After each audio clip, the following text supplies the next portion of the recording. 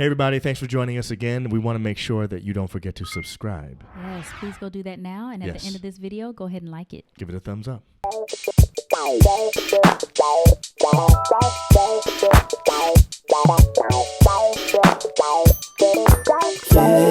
Welcome to Just John and April, the relationship podcast, your place to level up your relationship. Yes. In today's episode, leading from behind.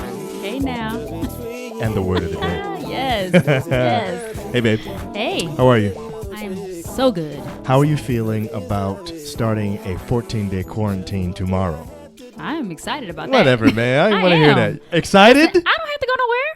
Okay. Okay. All I need to do is be able to go outside to get some fresh air. Okay. I'm at that point right now. Okay. I was in school every day for 5 weeks. That's true. So I think quarantining, I'm okay with that right now. I'm okay with that. So if you follow us at all, you will know that we were supposed to have gone down south to visit my parents for Thanksgiving. We could not go. Yes. Because we could not get a COVID test.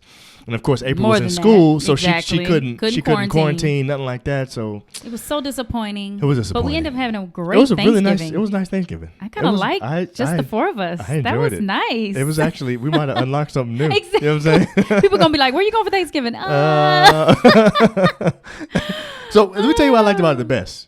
The best part about it was I didn't realize how much stress there is involved with cooking. With the cooking. There's so much stress, oh my man. goodness, y'all! We cooked the day of, first of all, which morning, is never done. Right? No, we don't do that. We that's cook it number 3 one. days before. And we cooked like 2 hours ahead of time. Right. Like it was not. Everybody even, had a dish or two that we cooked. We had a lot of food still. but it wasn't so much. It was too much though, babe. We have leftovers It like did 4 end days. up being too much, but that's because we're used to cooking. Right, for 20 people. Exactly. So that was great. And then I liked the intimacy of just having the four of us. It was kind of nice. You know, I don't know, man. We're just I was like, y'all want to put your elbows on the table? Go ahead and put your elbows on the table. You can do that. It was you great. know, because we home by ourselves. Right, you know? exactly. Y'all want to just, grab the bread with your hands? Just grab the bread with your hands. Grab with your mouth. Go ahead, boy. Get out with your mouth, So man. that was kind of nice. It was fun. I enjoyed that. And the bread was great. Julia made some fresh bread. So good. Woo. Oh, my goodness. From scratch. Woo. Oh, man. Vegan cream cheese dinner roll. And it was tell super y'all. fluffy. Man. Sister Schubert's can go on somewhere, honey. Man, Sister Schubert, please. I ain't never getting her again. Sister Schubert's rolls? Actually, that's it. I might get her again just because it takes Julia like 4 hours to make That these is things. true. But you know, it's worth it. It is worth it. You're right. It is Well, worth to it. us, you know what I'm saying? That's true. She about to want to was slave all in she there. needed a nap after exactly. that. She's like, I don't know. I got to go upstairs after this. What? Anyway. So that No, was but fun. I'm excited about potentially going down south for Christmas. That's the plan. Very excited about The that. thing about quarantine that's better is apparently a test kind of gives you a snapshot of how you are right now. And you could possibly have the virus. You got to get that thing again, like in 2 days and then another week. But the thing about quarantining is real. because you have a 14-day incubation period, if you go symptom-free for 14 days, let's say you had a test at the beginning and then you go symptom-free for 14 days, you can pretty much... And then a test at the end. I guess you have to do You that could, just to make sure that that's a lot of testing though, man. It's just a couple tests. Yeah, well, either way, I know I'm hoping that I'm symptom-free for 14 days so we can go down there. Because that would be the worst thing in the world would be like on day 13, all of a sudden we all have symptoms. Can you not talk like that? You're right. We're not going to have symptoms. We're going to go down. It's going to be great. It's going to be fun. So I can't wait. I'm excited. All right, so today's subject is leading from behind. Yes. This is interesting because this actually comes from one of our lives. We had a live couple Wednesdays ago. I think we were talking about men not getting respect, like husbands not getting respect. Right. And like women who don't really trust their leading. Right. You know, men want to lead, women want. Matter of fact, we did a survey and I think 100%. 100% of those surveys. 100% of women from our survey. 100% said that they want their man said to that lead. they want their man to lead. That's huge. Right. Right. That's a big deal. That's a big deal. Yeah. Okay. But the 100%. thing about it is I think there were a number of women who were on that live who also wanted to make sure that they could be a part of making sure their husbands did the right thing. Well, I think it was that it wasn't that they want to be a part of it. They really don't. Okay. But they want to be able to trust that he can lead and lead in a direction that they are proud of, comfortable with, whatever. I mean, you're not going to really want somebody to lead you if every time they make a decision, or it's not even about decisions. Leading is not about decisions. Okay. Just leading, period. Whatever. Me following this person. Yes. and I'm uncomfortable the whole time. Right. Do you really want that? Right. Or them not really knowing how to lead. Right. And you are now trying to direct them and it's not working out. You're clashing because of that. Yes. You know what I'm saying? So in the episode, we basically talked about why it's so important for wives to respect their husbands and what respect looks like. And one of the things we touched on was that for most husbands, trust is respect. Right. Or I should say respect looks like trust. Right. So when you don't trust me, I feel like you don't respect me. And then, of course, that erodes my ego and it becomes a big problem and it becomes a huge issue. You know, some women don't like to hear the words men need respect. Right. You know, because to be honest with you, I told you I am feminish. Right. And so, and I think it's because of the society we've been brought up in, even hearing that, like, you know, you need to know how to respect your man. It rubs the wrong way because that is seen or sounded. It sounds like respecting your man means you need to do what he tells you to do. Like obey your man. Yeah. Right. And that's not what we mean. That's not what we mean. Let's make that clear. Yes. We are talking about respecting and love, like, you know, loving him by respecting him, right? Because men need respect. They need that. Not talking down to him. Not talking to him in public or in private. Exactly. Saying uplifting things to your man, believing in him. You know, telling him he can do things. Telling him he can do it. You know, but also the trust thing, which is what we're getting in trusting now. Your man. So the point is, as we talked about it, we got a couple of questions on that live. And there was an indication that we needed to come back, and we said we would. We said we'll come back and have a whole episode on teaching wives how to, what I call, lead from behind. Right. And what that really is finding a way to be able to basically get your man to do something that you want him to do while still respecting him. That's basically what we're talking about. Get your man to lead the family in the way that you want him to lead. Right. Without him knowing that it's really you. So sort of, kind of. But anyway, we'll get to that. We'll get to that in a second. This is a good thing, guys. Yeah, it is. It's not bad. It's not. But some of you need to know how to do it. In fact, yes. In fact, this episode really is talking to you. May not realize you're one, but we're really talking to you, the controlling wife. Controlling wives. That's what we're talking That's really what this is about. Yes. You really want to control it, and you're trying to control it. Yes. It's not going well. Right. Okay. And part of the reason why it's not going well is because the way that you're doing it makes your husband feel like you don't trust him, you don't respect him. Exactly. So makes him feel disrespected. Yes.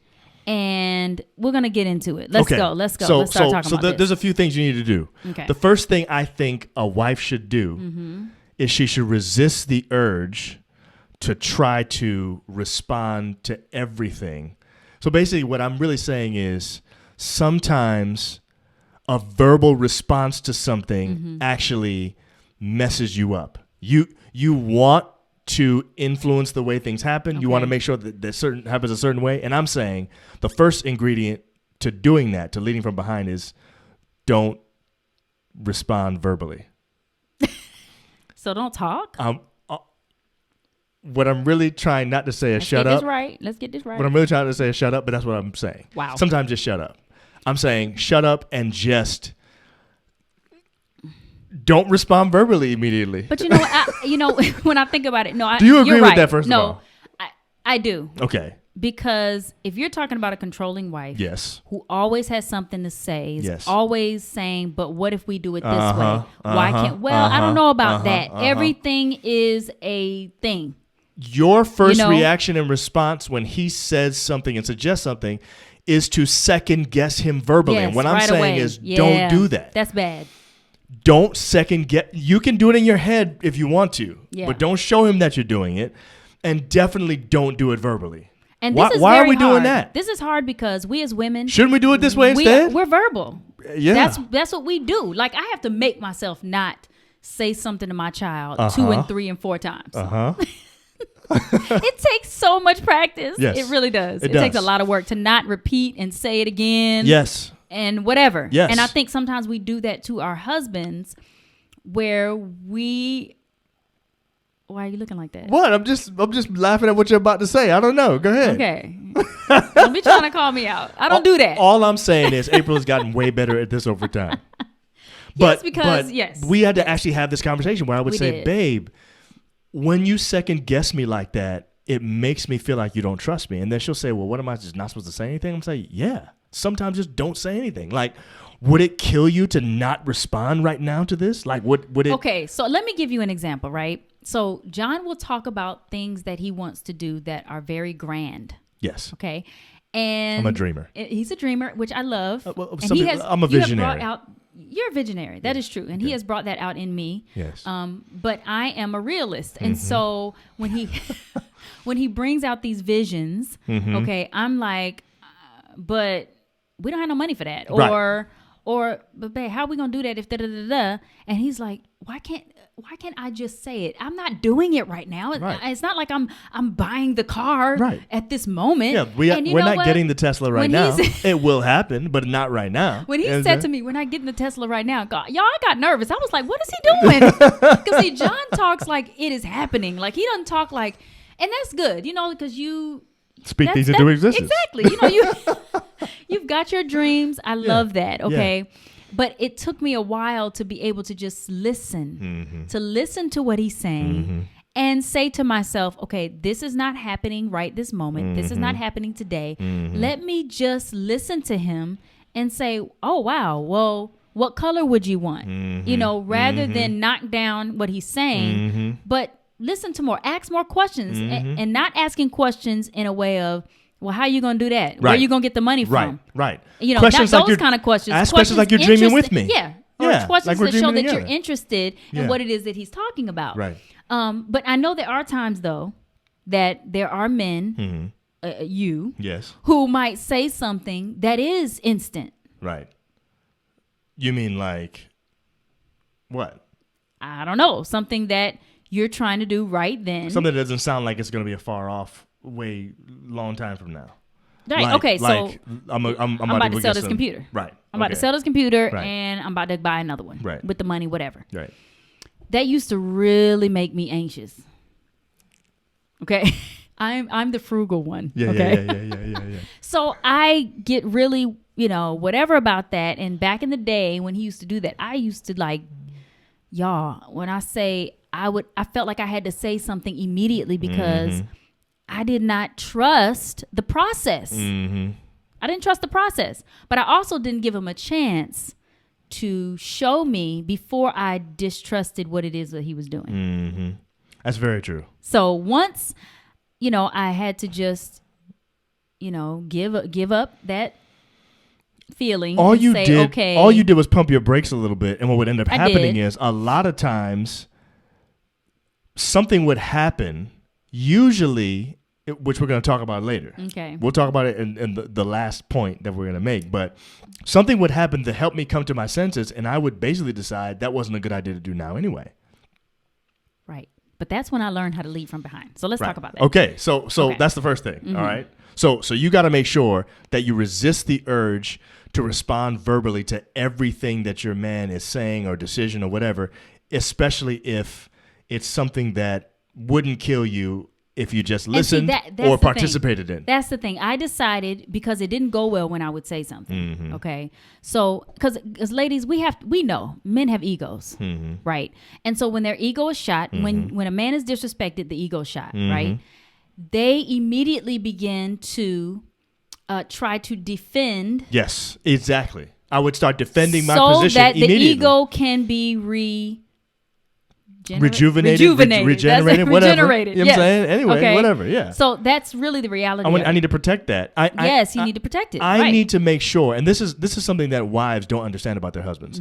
We need to make sure that we are looked at by you as men. We want to know that you think of us as men. So if we begin to knock down that ego, that man, whatever it is you want to call it, yes, you got to bring it back up. I got to find I got to make sure that I protect that. Yeah. Because I want you to always see me as a man. And so sometimes wives, your husband is not even responding necessarily to your objection. He wants to think straight, but in that moment, what he has to do is defend his manhood. And so stop attacking his manhood by constantly distrusting him and always responding with a second guess. Don't do that. Right. Just be like, okay, well, that sounds great. Or not even that sounds great, but how would that look? Or what color you want? Or so you know I'm what I'm saying? Tell whatever. You what I used to do, what I ended up doing. So when it came to John selling computers and, buying new ones, because it caused me so much anxiety, whenever he would say that he was going to do it, I decided, I said, okay, all right, go ahead, whatever. And I would just kind of take myself out of that planning and that process. I would listen. I'd watch a little bit. When I could, I had to, I had to leave sometimes because I was just like, oh my goodness, it was just too much. Well, after a while, I saw every time he did that, it worked out. It was good. It was a good thing. And then, we ended up getting something better for less money and this, that, and the other. He had a process. And so I said, okay, I can trust this, that he is, he's got the right idea of what it is that he needs to do for but this. But you had to whatever. Take yourself out of the equation first and look at it. I had to take it out and see it from a different perspective. Yes. And then you realize, oh, wow. Now, I don't know what would have happened if it had gone sour. Right. So there are times when things may happen that may go sour. Right. But I'm saying, what is the harm in allowing that to happen, whether it goes good or bad, in order to establish that trust there so that he can realize on his own, this is not the best way. Let me try to fix that. If it's not going to break the bank or kill the family, that's you right. know what I mean? But not only that, babe, there's one more part of that. Some of us need the opportunity to try it and fail to know how to do it better the next time. So how does your man end up working out the kinks and figuring out how to do this particular thing if you never let him do it? You know what I'm saying? You got to just trust him. And sometimes that trust is going to turn into something that turns out perfectly. And other times it won't be perfect because your husband's not perfect. And the question in the end becomes, did he kill the family? Did he blow up the house? Did we lose the car? You see what I'm saying? Right. If something like that catastrophic didn't happen, let it go. Yeah. It's not that deep. And to be honest with you, usually it's over something little. That's what I'm saying. It's sometimes just because you want to be in control of everything that happens. It's like, okay, can we lose control for a second? Right. So let's get to the nitty gritty now because we gotta talk about these Here's things. The second thing. And this one we already gave away at the previous in the previous episode. I'm saying it again. Okay. What you have to do is learn to give your man props when he does it the way you want him to do it. Yes. So basically, this is so using positive reinforcement to get him to do what you want him to do, and him to want to repeat it, as opposed to negative reinforcement. Instead of saying, "Why would you do that? You messed this up. You always jack up do stuff." That wrong. Right. Instead of that, find ways to encourage him with the thing he did do right. Let's say he did something and it had 10 steps, and he only did 2 steps right. Talk to him about the 2 steps. Your husband's going to get it. He's going to understand. First of all, he's going to love the feeling that you propped him for doing something well. But what he's going to come away from it, unless your husband's an idiot, which he's not, he's smart enough to realize that what you're really doing is you're saying, I like those 2 things you did, but the other stuff, that wasn't that great. He may even ask you. He may even ask you, what do you think about the other things? And you can say, that wasn't that great, but we'll do it better next time. Exactly. Whatever. Exactly. So the point is, prop him for the good stuff. Use positive reinforcement instead of negative. It's actually going to make you it actually works in my classroom. I mean, when I do positive classroom management, it works so much better than negative classroom management. I mean, I'm complimenting. It's so funny because I will have a class full of kids, and let's say they're talking and they're not supposed to be, and I'll see that one kid that's not talking. Right. I'll say, "Oh, Brian, I love how you are sitting quietly like Miss Nixon asked." And everybody else is like, "Oh yeah, they're getting this stuff together now." Because they saw Brian just got a compliment, right. So they want that too. You could have yelled at the whole class and be like, "Be quiet!" Yeah, what did I say? I didn't do that. I picked out the one who was doing right, and there have been times where I have to find somebody who's kind of doing it. That's right, because nobody's really doing what you really want. Yeah. I like Brian was quiet for a second, give him that compliment right then. Yep. And then it ends up making it so that everybody else wants it. And I'm telling you, it's crazy because it even works for grown people. That's right. I mean, it works even better for grown people. It does. It really does. So I think the positive reinforcement is the best way to go because it also keeps intact that ego. Yeah. And that's the thing about it. When you do it positively, you do not shame your husband. And he doesn't want to feel like an idiot in front of you. So by listing all the other 8 things of the 10, you only did 2 well, listing the 8 things you did wrong, that's not going to encourage him to do it better next time. In that moment, all it does is make him feel small. And really, in that moment, he might defend himself and go off on all the good stuff he did instead of even taking your advice about the thing that he didn't do well. Right. So it doesn't work anyway. Yeah, and he might say, fine, I'm not going to do it. I'm done. And the response might be good, but then you might say after a while, I do everything around here. That's right. He can't do anything. Because you've discouraged him by always ridiculing and criticizing him every time he does something wrong. Now your husband just retreats, and now he don't want to do nothing. And now here you are complaining about having to do everything all the time, but you created that situation by not knowing that by criticizing him, you are forcing him into his shell. And I think what happens is years and years of that. We want to know, how were you married for 25 years and you get divorced? Well, that's years and years of that type of thing. Can't take it anymore. And it erodes. That's it. And it begins to tear somebody down to the point where they feel like they are nothing. That's it. They can't even take it no more. And we think that women are the sensitive ones. No, both parties are sensitive. That's right. We're just sensitive in a different way. It looks different. And about different stuff. That's all it is. And stuff we don't care about as women and men don't care about as men. Exactly. So it's like very true. Hard for us to understand. But once you find that, this is how you're leading from behind. Right. By giving positive reinforcement. Yep. And what was the first one? The first one was that we need to resist the urge to respond to everything. Don't always have a rebuttal and say, why don't we do it this way? Yeah. I'm not saying a wife, listen, I want to make sure wives understand what I'm saying. Your husband wants to know what you think. I'm not saying don't give your thoughts and just be that women need to just be quiet. Yeah, that's not what I'm talking about at all. That's not what I mean. That's not what you watched that show before today. You know the deal. Okay. What I'm really saying is when your husband, when you have the urge to disagree with your husband, stop for a second and think to yourself, will this actually help me or is this going to hurt me? Because oftentimes your disagreement in that moment makes him more defensive and you actually end up never getting what you want. Right. Or in an argument or in a situation where, your husband then begins to feel again, here I can't decide on anything, or I can't try to do anything for the family. She don't trust me. She doesn't trust me. Yes. And that's a big one. She doesn't trust me. That is so huge. Men want to feel trusted. I mean, my husband was not feeling trusted because I was always telling him where to park. And we talked about this in the live, but it's true. I mean, something that little, which really made me feel bad because I'm thinking I do trust you. Like, just because I'm telling you where to park, I don't get that. Right.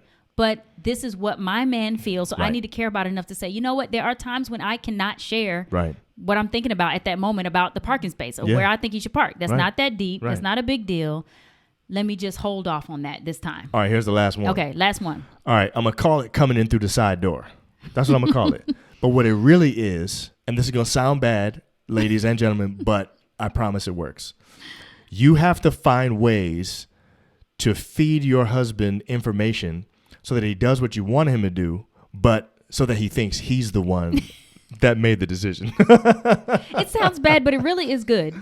It is good. Let me tell you why it's good. Because it really is okay. At the core of this is protecting your husband's manliness and allowing him to feel like he's a man to you. Yes. You want him to always think that you see him as a man. Mm-hmm. So if you come straight at his neck and say, I think we should do it this way, sometimes that's a little too aggressive and too forceful and too upfront. Now, some men like that, but most men will feel distrusted in that situation. Mm-hmm. It might be better if you found a way to kind of suggest it to him in a way that maybe he comes back to it later thinking, hey, this is a good idea. Well, and you don't say, yeah, I told you that earlier. You say, oh, yeah, that's a great idea, honey. Well, I'm thinking that a way to do it is by mentioning something that he said and put it into what it is that you want him to do. Yeah, go ahead and just give an example from our lives.